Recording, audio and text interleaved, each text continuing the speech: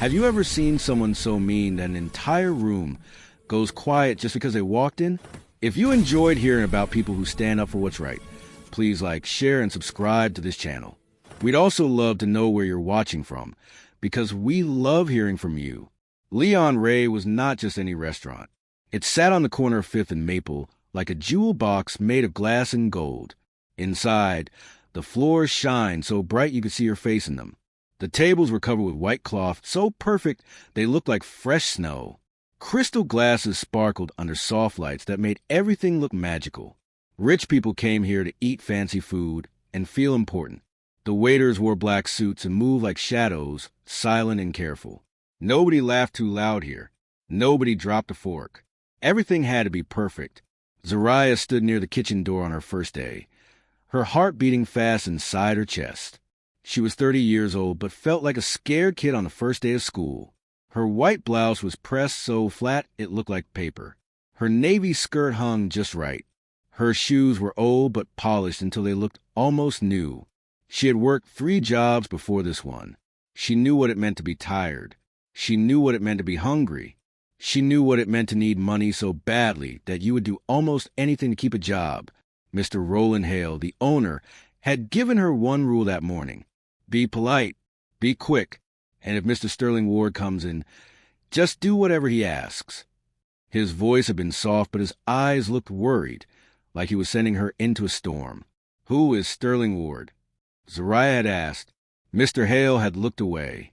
You'll know when you see him. Now it was 7 o'clock in the evening. The restaurant was full of people eating and talking in quiet voices. Zariah had served 4 tables already. Her hands were steady. She smiled even when her feet hurt. She was good at this. She could do this. Then the front door opened, and the whole room changed. A man walked in wearing a bright red suit that cost more money than Zariah made in 6 months. His shoes were so shiny they looked like black mirrors. His hair was slicked back with so much gel it looked wet. He wore sunglasses even though he was inside. He walked like he owned the building, the street, and maybe the whole city. 2 people followed behind him, a man and a woman, both dressed in gray and looking at the floor. The restaurant got quiet, not the normal quiet. This was the kind of quiet that happens when something dangerous walks into the room. Forks stopped moving. Conversations died in the middle of sentences. Even the soft music playing from the speakers seemed to get lower. Sterling Ward had arrived.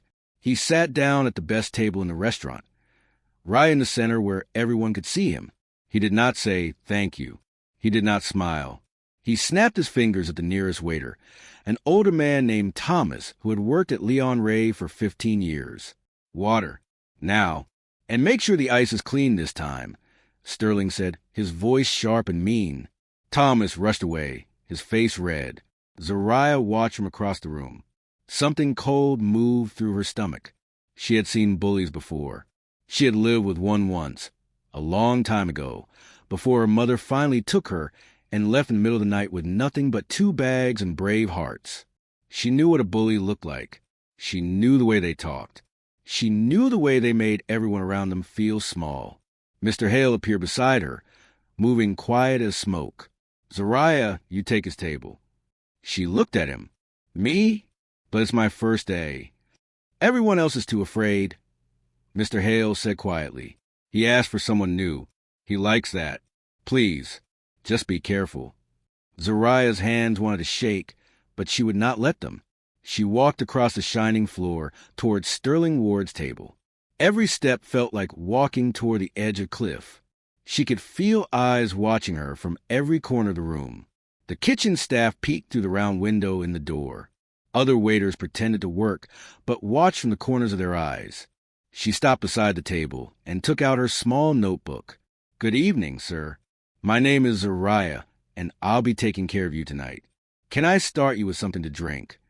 Sterling did not look at her. He was texting on his phone, his thumbs moving fast.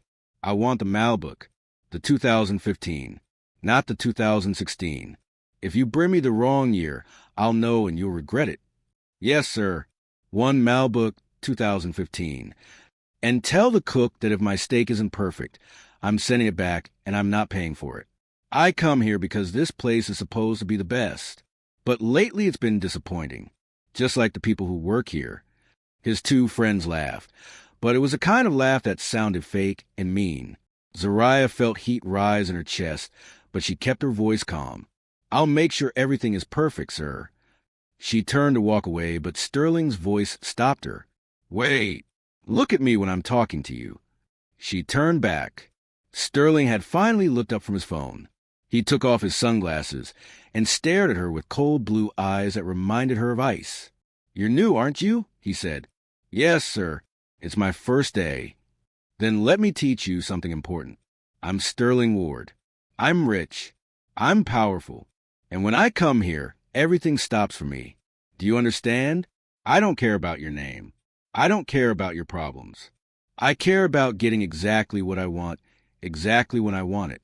Can your little brain handle that?" The restaurant was so quiet now that Zariah could hear her own heartbeat. She looked into Sterling's mean eyes and saw something she recognized. Fear. He was afraid that if he didn't act tough, people would see that inside he was empty. She had seen it before in bullies who screamed because they had nothing real to say. "I understand, sir," she said quietly. "I'll get your wine." She walked to the wine cellar with her head high. Behind her, Sterling laughed loud and cruel. "Did you see her face? These people are so easy to break." Zariah's hand shook as she found the right bottle. The label read 2015. She checked it 3 times to be sure. She carried it back to the table with 2 glasses and showed Sterling the label. He barely looked. "Pour it." She poured carefully, the deep red wine flowing smooth into the crystal glass. She poured just the right amount, the way she had been trained that morning. Sterling picked up the glass, swirled it once, and took a sip. Then his face twisted with anger. "This is wrong," he shouted. "Sir, I checked 3 times. It's a 2015 Malbec, exactly what you asked for." "Are you calling me a liar?" Sterling stood up fast, his chair scraping loud against the floor. "Are you saying I don't know wine?" "No, sir, You just... nothing." Sterling grabbed a glass and threw the wine straight at Zariah's chest. The cold liquid hit her like a slap. The red wine spread across her white blouse like blood. It dripped down onto her skirt. The glass fell to the floor and shattered into 100 pieces. The entire restaurant gasped. Zariah stood frozen, wine dripping from her clothes, her face burning with shame. Sterling smiled, a terrible smile that showed all his teeth. "Now go get me the right wine," he said, "and bring someone who actually knows how to do their job." Time seemed to stop. Zariah stood there with wine soaking through her clothes, dripping onto the perfect shining floor. Her white blouse was ruined. Her first day was ruined. Maybe her whole life was ruined. Around her, the restaurant stayed frozen like someone had pressed pause on the world. Forks hung in the air halfway to mouths. Conversations died in throats. Eyes stared, but nobody moved to help. Sterling sat back down in his chair, crossing his legs like nothing had happened. Like throwing wine at another human being was as normal as ordering dessert. His 2 friends were trying not to laugh. One of them had his hand over his mouth. The woman in gray was looking at her phone, pretending she hadn't seen anything. Thomas, the older waiter, rushed forward with a white towel. His hand shook as he tried to hand it to Zariah. "I'm so sorry," he whispered. "I'm so sorry." But Zariah didn't take the towel. Something was happening inside her chest. It felt like a fire starting small and then growing bigger and bigger until it filled her whole body. She had spent 30 years being quiet, 30 years being polite, 30 years bowing her head when people were cruel, because she needed the money, needed the job, needed to survive. She thought about her mother, who had worked 2 jobs and still came home smiling. She thought about the times they had slept in their car because they couldn't afford rent, and how her mother had told her, "Baby, we might not have money, but we have something better. We have our dignity. Nobody can take that unless we give it away." Zariah had given her dignity away so many times. To bosses who yelled. To customers who snapped their fingers at her like she was a dog. To people who thought that money meant they could treat others like garbage. Not today. Not anymore. She looked at Thomas and said quietly, "Thank you, but I don't need the towel yet." Then she turned to face Sterling Ward. The whole restaurant held its breath. "No," Zariah said. Her voice was not loud, but it was strong. It carried across the quiet room like a bell ringing. Sterling looked up from his phone, surprised. "What did you say?" "I said no." Zariah took a step closer to his table. Wine was still dripping from her clothes, but she stood tall, her shoulders back, her head high. "I will not get you another wine. I will not bring you another server. I will not pretend that what you just did was okay." Sterling's face turned red. "Do you know who I am?" "Yes, sir. You're Sterling Ward. You're rich. You're powerful. You told me that yourself." Zariah's voice got stronger with every word. "But here's what you forgot to mention. You're also a bully. You're also someone who thinks that money gives you the right to hurt people. You're also someone who makes everyone in this beautiful restaurant afraid." Gasps rippled through the room. Someone dropped a fork, and it clattered on a plate, loud in the silence. Sterling stood up fast, his chair scraping again. "You're fired. You hear me? Fired. I'll make sure you never work in this city again." "Maybe you will," Zariah said, and now there were tears in her eyes, but her voice didn't shake. "Maybe I'll lose this job. Maybe I'll have to go back to sleeping in my car like I did 2 years ago. Maybe I'll have to work 3 jobs again just to eat. But you know what? I'll still have something you don't have." "And what's that?" Sterling's voice was sharp as broken glass. "I'll still be able to look at myself in the mirror." Zariah's words hit the room like thunder. "I won't have to live knowing that I make people cry.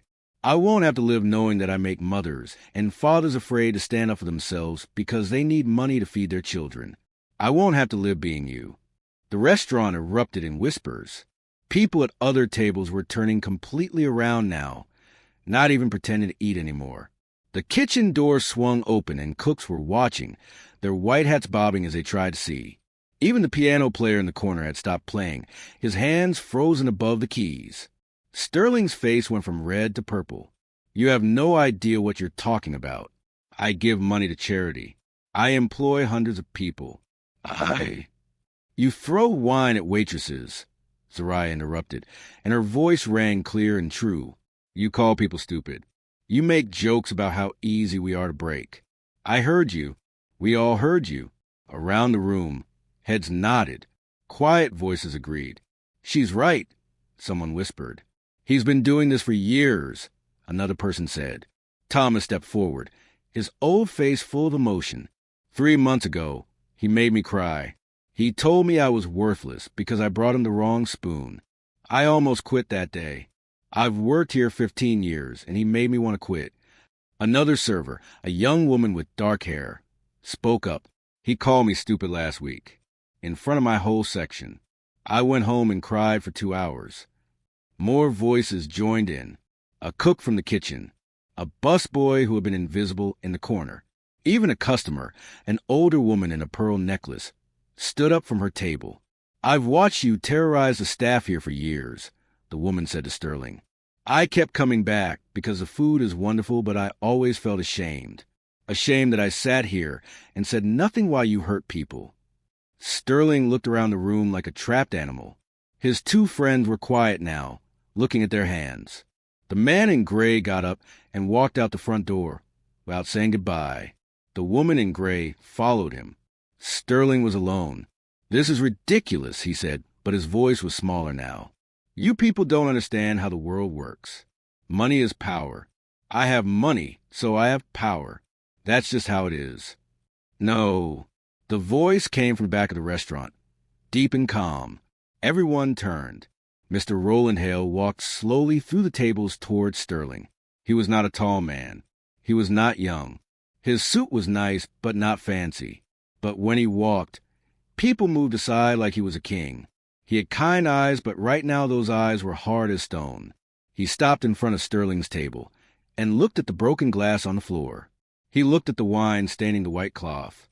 He looked at Zariah standing there in her ruined blouse, tears on her face but fire in her eyes. Then he looked at Sterling. "Mr. Ward," Mr. Hale said quietly, "you've been a customer here for 5 years. In that time, you've spent a lot of money. You've brought your business partners. You've hosted parties in our private room. And in that time, you've also made my staff miserable. Sterling opened his mouth, but Mr. Hale raised one hand. I let it happen, Mr. Hale continued, and now his voice was full of sadness. I told myself that business was business, that we needed customers like you, that money was more important than dignity. I was wrong. I was a coward. He turned to face the whole restaurant. Every person was watching him. My father opened this restaurant 40 years ago, Mr. Hale said.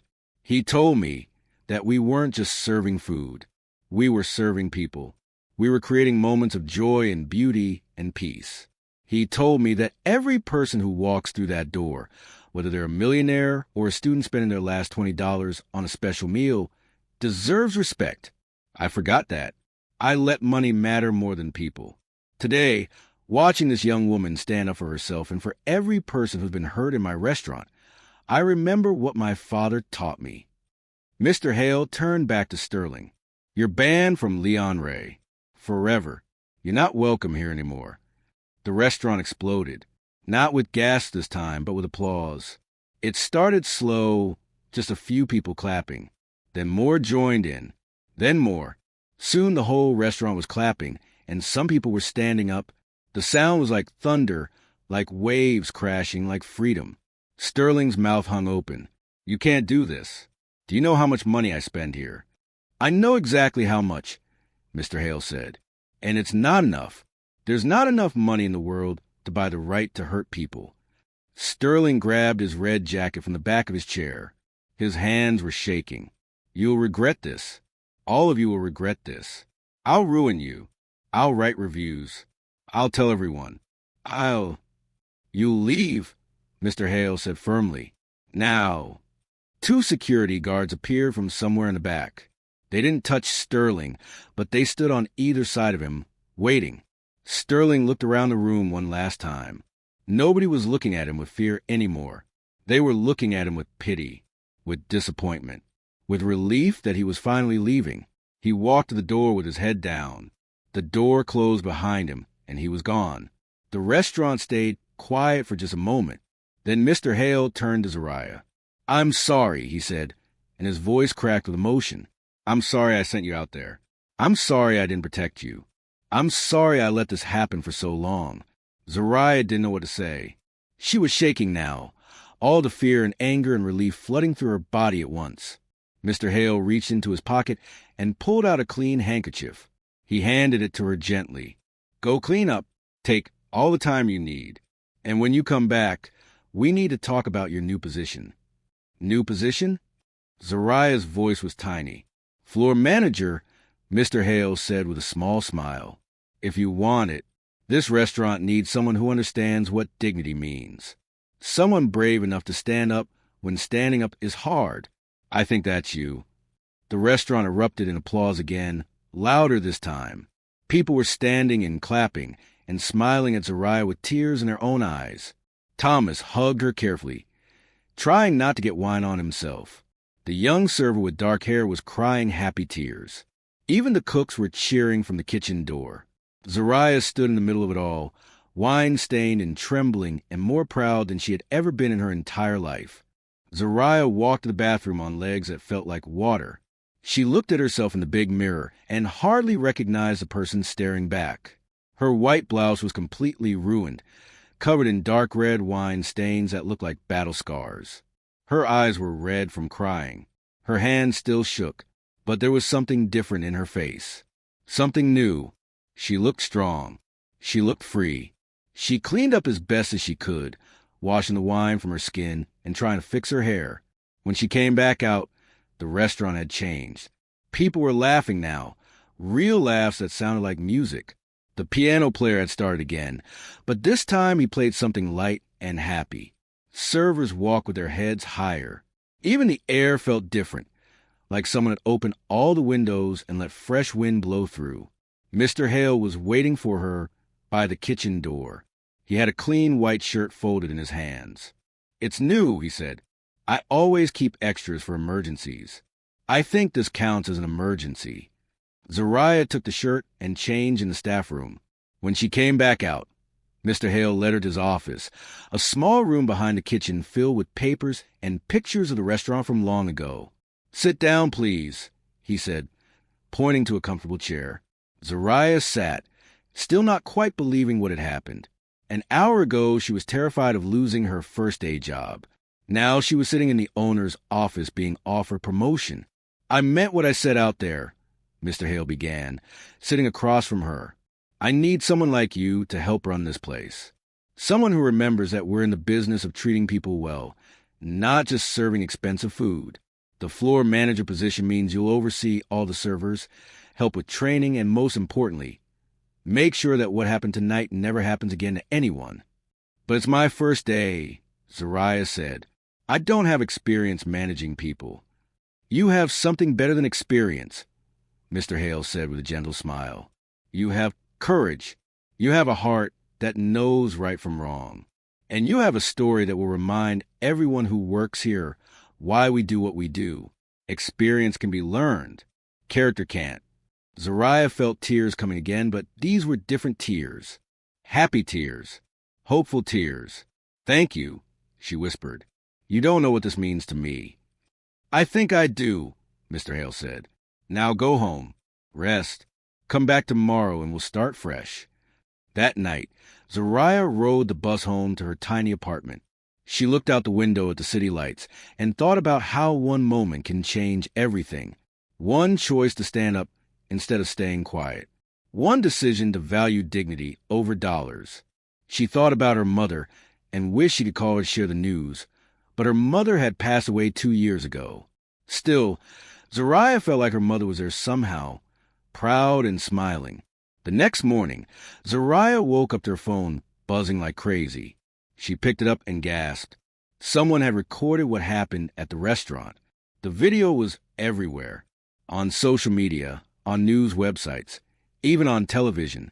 The video showed Sterling throwing the wine, showed Zariah standing up to him, showed Mr. Hale banning him from the restaurant. It showed the applause, the tears, the transformation of an entire room full of people finding their courage. The video had been watched millions of times. Millions. People from all over the world were commenting. This made me cry. We need more people like Zariah. Finally, someone stood up to a bully. That owner is a hero for choosing his staff over money. Zariah's phone rang. It was Mr. Hale. "Have you seen it?" he asked. "Yes," she said, her voice shaking. "Is this bad? Are you angry?" "Angry?" Mr. Hale laughed, a real belly laugh that made Zariah smile. "Zariah, we have a waiting list for reservations that's 3 months long now. People want to eat at the restaurant where dignity matters. People want to support a business that stands up for what's right. This is the best thing that could have happened." But not everyone was celebrating. Sterling Ward was watching the video too, in his big empty mansion, surrounded by expensive things that suddenly felt cold and meaningless. His phone was buzzing too, but his messages were different. Companies were ending their contracts with him. Business partners were suddenly too busy to meet. The charity organizations he donated to were quietly returning his money, saying they didn't want to be associated with someone who treated people so badly. Sterling had spent his whole life building power through fear and money.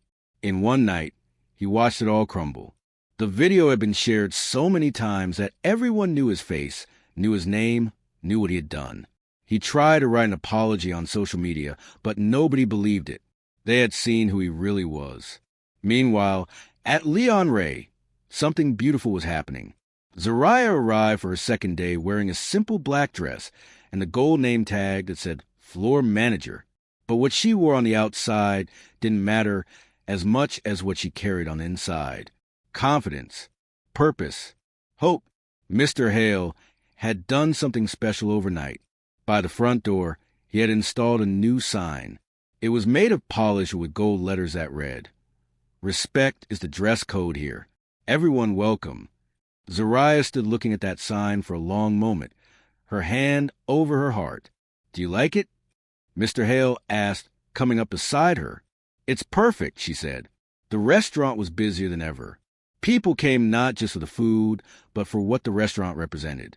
They came to be part of something good. They came to support a business that valued people over profit. They came to see the woman who had stood up to a bully and changed everything. But Zariah didn't let the attention change her. She trained new servers with patience and kindness. She reminded them every day that their job was important, that they mattered, that they deserved respect. When customers were rude, she handled it calmly but firmly. Nobody was allowed to treat her staff badly anymore, not for any amount of money. Thomas, the older waiter, cried the day Zariah gave him a special award for his 15 years of service. "Nobody ever thanked me before," he said, holding the small plaque like it was made of gold. "I was just a help." "You were never just anything," Zariah told him. "You're important. You matter." The young server with dark hair, whose name was Maria, started smiling more. She stood taller. She laughed in the kitchen with the cooks. One day she told Zariah, "You saved me. I was going to quit. I thought I wasn't strong enough for this job. But watching you stand up like that, I realized I'm stronger than I thought." That's what happened across the whole restaurant. People found their strength. They found their voices. They found their dignity again. The kitchen became louder with jokes and stories. The dining room filled with real laughter. Even the piano player started taking requests from customers, something he had been too afraid to do before. Months passed. The video was still being shared, still inspiring people around the world. Teachers showed it in classrooms to talk about courage. Business schools used it to discuss leadership.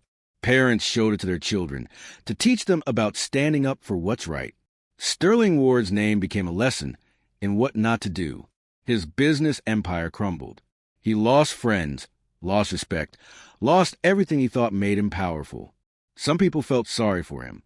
Most people felt like justice had been served. A few wondered if he would ever learn, ever change, ever understand that real power comes from lifting people up, not pushing them down. As for Zariah, she became more than just a floor manager. She became a symbol. But she never forgot where she came from. She never forgot the nights sleeping in her car. She never forgot what it felt like to be afraid, to be small, to be powerless. And because she never forgot, she made sure that nobody at Leon Ray ever had to feel that way again. 1 year later, on the anniversary of that famous night, Mr. Hale threw a party for the staff. The restaurant was closed to the public for the evening.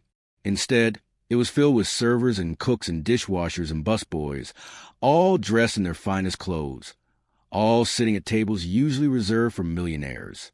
Mr. Hale stood up to make a toast. "1 year ago, I almost lost my soul," he said. "I had forgotten why my father opened this restaurant. I had forgotten that people matter more than money." Then Zariah walked through that door and reminded me of something important. One person, standing up for what's right, can change the world, or at least they can change one restaurant. Everyone laughed and clapped. Zariah felt her cheeks turn red, but her heart was full. "So here's to dignity." Mr. Hale raised his glass. "Here's to courage. Here's to treating every single person like they matter, because they do." "They do!" Everyone echoed, raising their glasses. That night, after everyone went home, Zariah stood alone in the empty restaurant. The lights were low. The tables were clean. Everything was peaceful. She walked to the window and looked out at the city, at all the people out there who were fighting their own battles, standing up to their own bullies, finding their own courage. She touched the gold sign by the door one more time. Respect is the dress code here. Everyone welcome. She thought about her mother and smiled. "I did it, Mama," she whispered. "I stood up, and I didn't fall down." The city lights sparkled outside like stars that had fallen to earth. Somewhere out there, someone else was finding their courage. Someone else was standing up. Someone else was learning that they mattered, that they were important, that their voice deserved to be heard. And it all started with one person on one hard day, making one brave choice. That's the power of standing up. That's the power of dignity. That's the power of one voice saying no when everyone else is too afraid to speak. The world needs more Zariahs, more Mr. Hales, more people willing to choose what's right over what's easy, more people willing to stand up even when their hands are shaking and their hearts are pounding and they're not sure what will happen next. Because every single time someone stands up for what's right, the world gets a little bit better. Every single time someone chooses dignity over dollars, courage over comfort, truth over silence, something shifts, something changes, something grows. And that something is hope. If this story touched your heart, please like, share, and subscribe to our channel. Your support helps us bring more inspiring stories to people who need them. And please leave a comment telling us where you're watching from, because we truly love hearing from you. Every comment, every share, every like helps spread the message that standing up for what's right always matters. Thank you for being part of this community of courage.